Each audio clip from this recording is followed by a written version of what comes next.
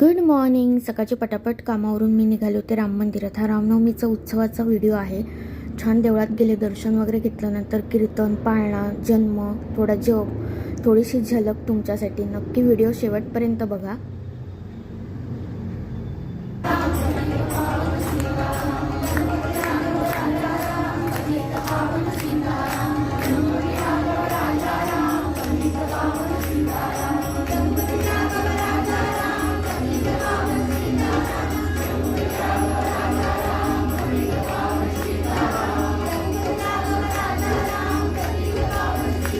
छान कीर्तन झालं, पाळणा झाला, जप झाला, गाणी झाली.